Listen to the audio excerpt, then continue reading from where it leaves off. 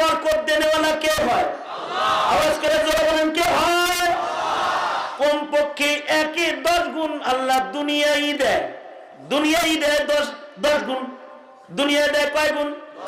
10 গুণ কমপক্ষে। হযরত আলী রাদিয়াল্লাহু আনহু একটা আনার কিনছেন, বাড়ি যাইতেছেন, ফাতেমার জ্বর, ফাতেমারে খাওয়াবেন।